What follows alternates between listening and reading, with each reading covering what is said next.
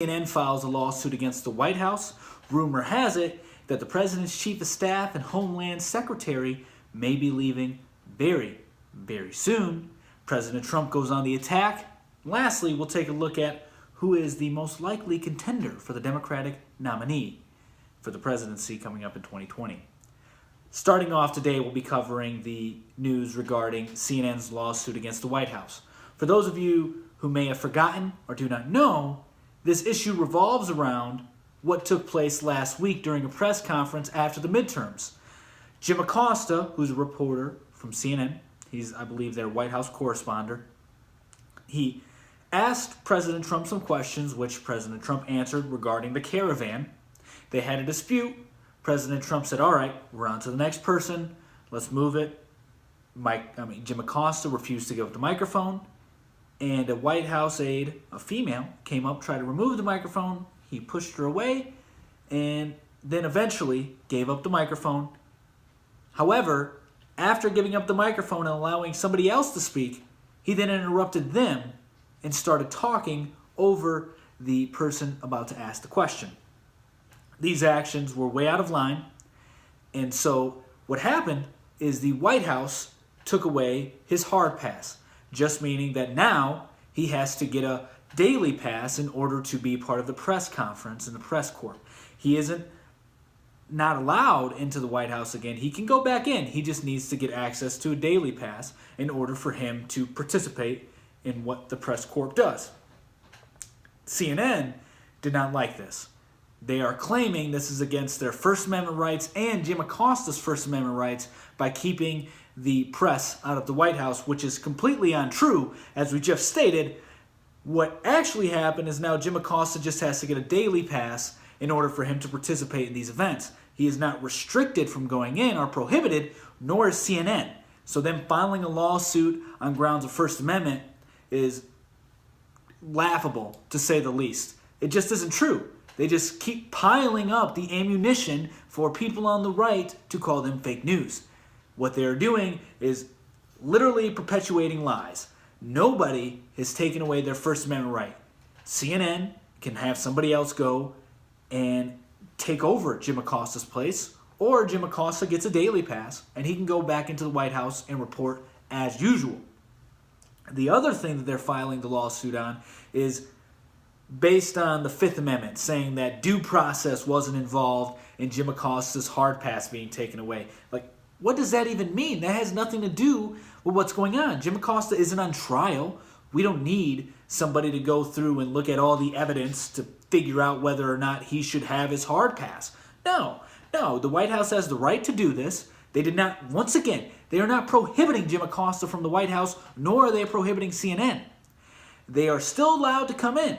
Jim Acosta just needs to receive a daily pass. CNN doesn't like this, so they filed a lawsuit this morning, Tuesday morning, at the Washington, D.C. District Court. We'll see where this unfolds. There's 6 defendants who are on this.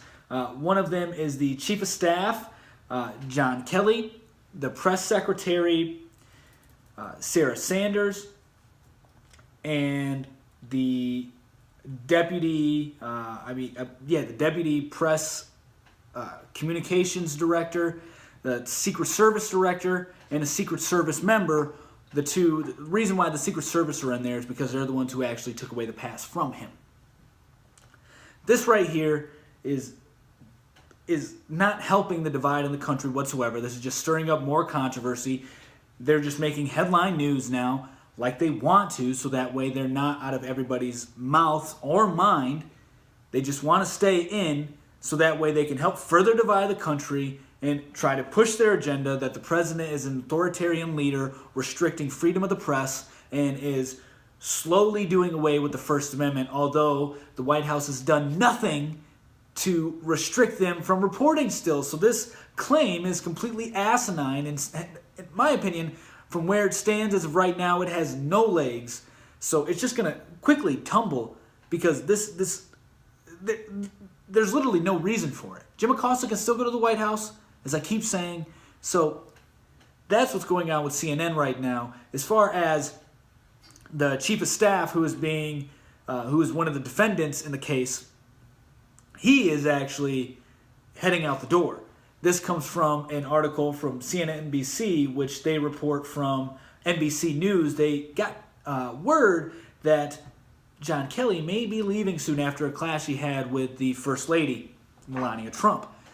The dispute was over promoting one of her aides. He didn't want to do it. President Trump then told him to do it after Melania Trump went to him saying, hey, he's not allowing me to promote my own people. President Trump, like any husband would do, I think in that case, would be like, all right, let her do what she wants to do, pretty much. You have to listen to her. You work for me, and she is wanting her aides to be promoted, which don't have anything to do with you, so let them do their thing. And he didn't want that to happen. That's where the dispute happened. So, because of this, apparently, he is heading out the door soon.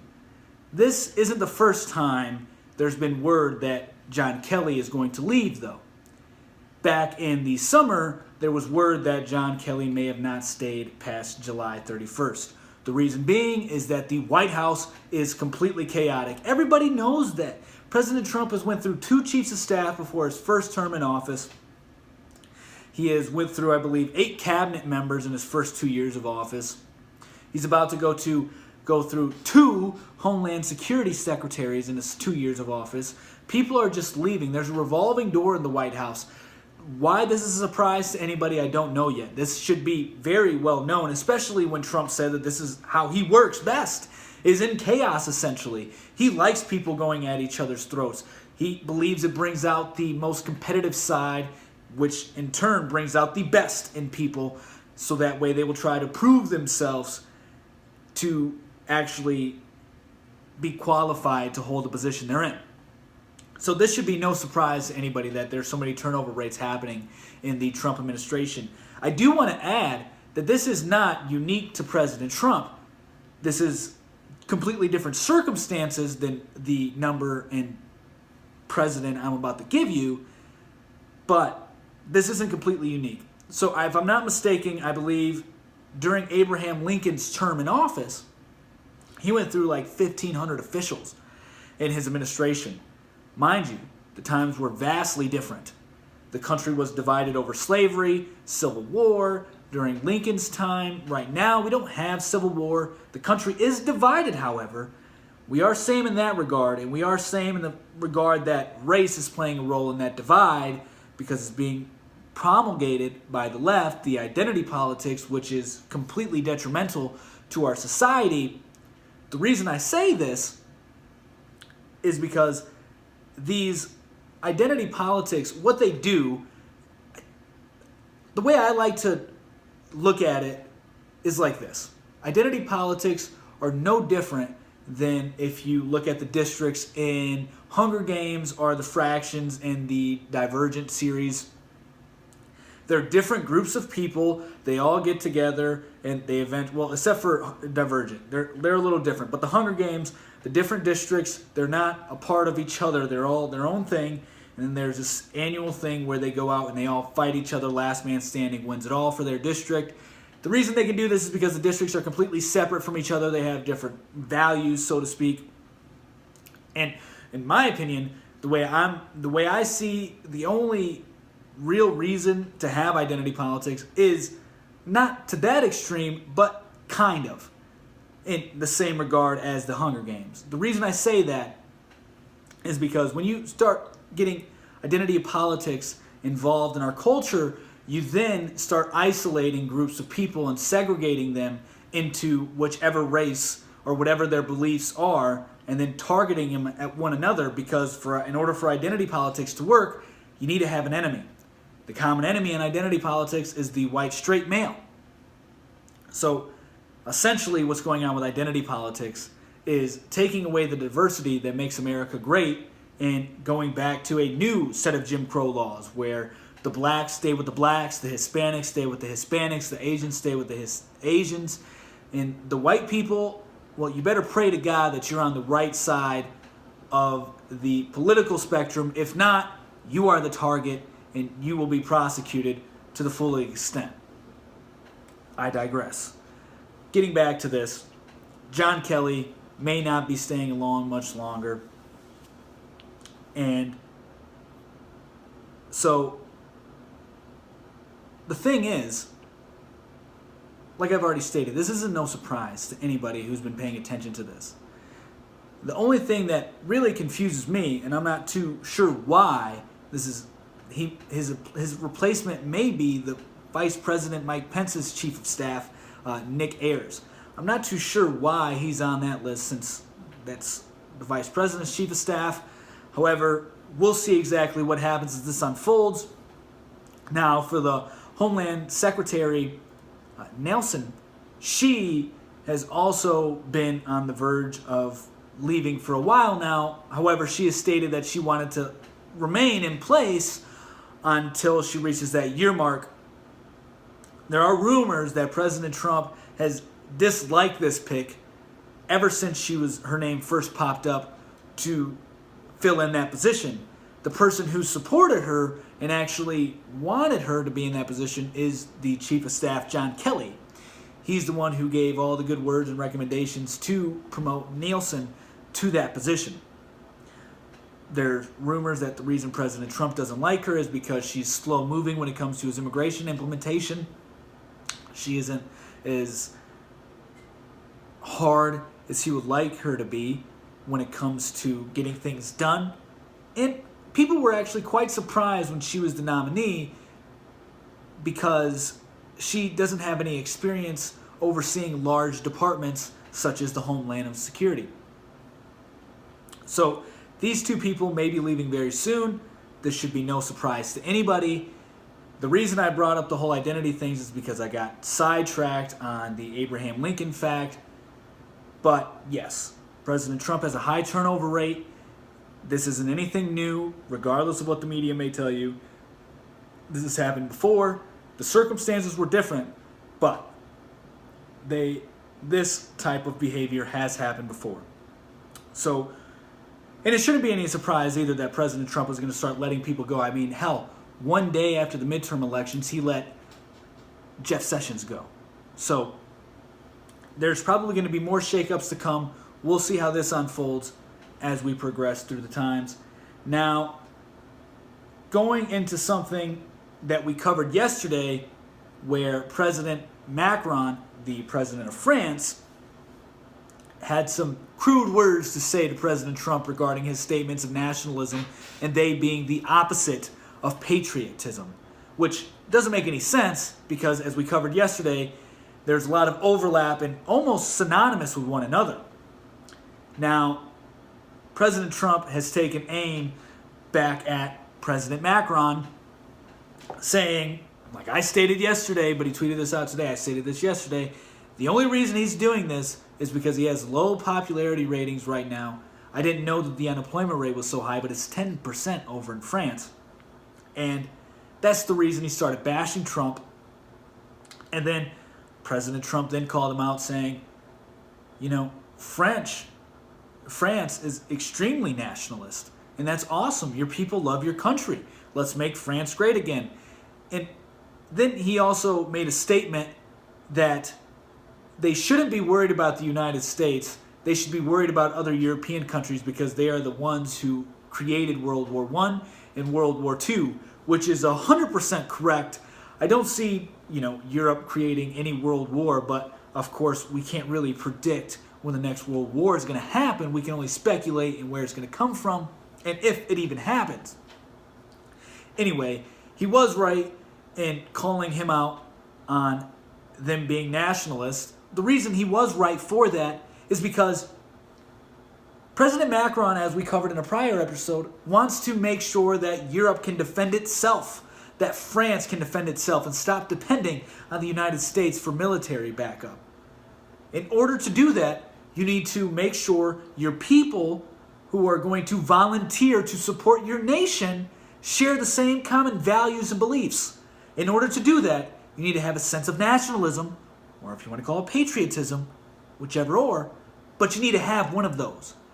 You can't claim that nationalism is against patriotism and the opposite, and then want your country to build up a stronger military. In order to have a strong military, You need to have a deep belief seated in your country so that way people will believe in what they're fighting for. There's this book that I'm reading right now. It's called Sapiens. The author of the book flees me right now. The book, however, is about human history.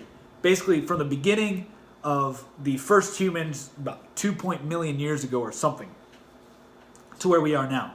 And it progresses into when Homo sapiens came into existence. Newsflash and spoiler alert, we weren't the only humans here. There were actually a few other humans here for a longer time than us. We just happened to be the ones that remained. There's a lot of different theories why we're the ones that are still here and there are no other human races. Anyway, that's irrelevant to what I'm saying. So, the book that I'm reading, Sapiens, talks about us and why we kind of progress to be the only humans. And like I said, there's a couple different theories. So, the thing that really intrigued me, however, was the part where they stated that the thing that made us unique, sapiens, that is, Homo sapiens, you and I, that's what we are categorized as, is the fact that we can use language to describe our surroundings and communicate with one another. And we also have the cognitive ability to create fictional items, beings, entities, whatever you want to call it. We have that capability. We are the only creatures that have that capability. And this capability to create fictional entities has led us to better communicate and find a way to unite with more people and live harmoniously in large groups. No other animal can do that. We can live, as you can see in our country right here, we have over 320 million people here. In China, there's over 1 billion, if I'm not mistaken. So we can live peacefully amongst each other because we hold these same common beliefs, and these same common beliefs are myths. For instance, the United States is an idea. It isn't an actual thing. It really isn't. The only reason we have countries is because of these borders we set up. Other than that, there would be no countries. Everything that we've built our lives upon are myths. And in order to have a myth, you need to be able to think creatively and imagine things that aren't real and be able to set in parameters to support your reasoning behind that, whether it be objective or not. Therefore, these myths are the reason we are where we are today. The reason I bring this up is to tie it back around to nationalism. Nationalism, as in patriotism, are both myths that we have to believe in order to believe in our country. Because, like I've stated, our countries are things that we've made up. They wouldn't exist unless we put a name on them. They wouldn't exist unless we decided to put borders and say, this is my land, not your land. They wouldn't exist otherwise. And it takes imagination, creativity, and storytelling in order to unite a people. Therefore, it is extremely important to have nationalism or patriotism to unite your military.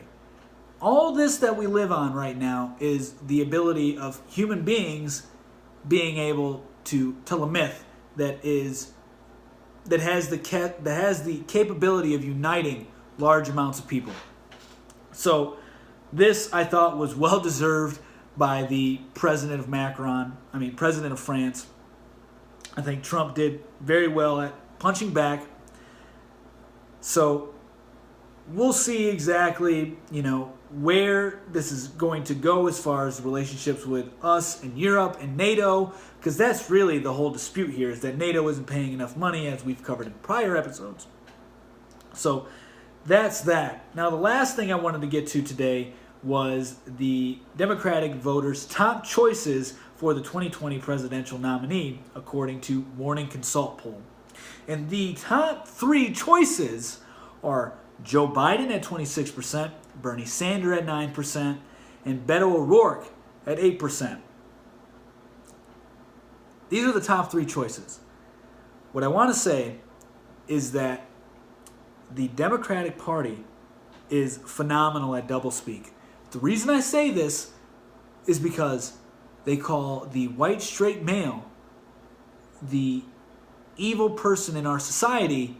However, they are all in favor of electing a white straight male to be our next president of the United States, to compete with another white straight male.